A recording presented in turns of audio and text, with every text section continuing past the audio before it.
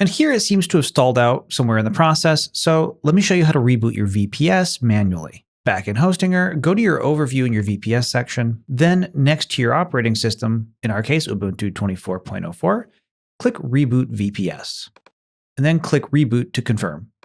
You'll get a confirmation saying the VPS was rebooted. Next you can click into your Docker projects. Here it says OpenClaw is running, so let's check in with it. I'll say, hello, can you see the new OpenAI API key I added to the environment variables, just to get really specific. And it looks like here we're still getting an error. If you ever get errors like this, one of the best things you can do to diagnose them is open up your OpenClaw gateway dashboard again to see what the actual full errors say. So let's do that real quick. We'll go to our Docker manager, quickly copy our gateway token, paste in our gateway token on the OpenClaw login page.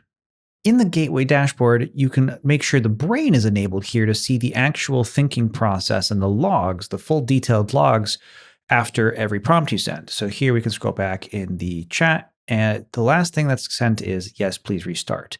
Then we can see that the gateway was restarted, but then there was an issue. There were some processes executed. And you can review all the details and see if this is helpful. If you want to dig into the logs in more detail, you can scroll down on the left side under Settings, click Logs, and look at the logs themselves.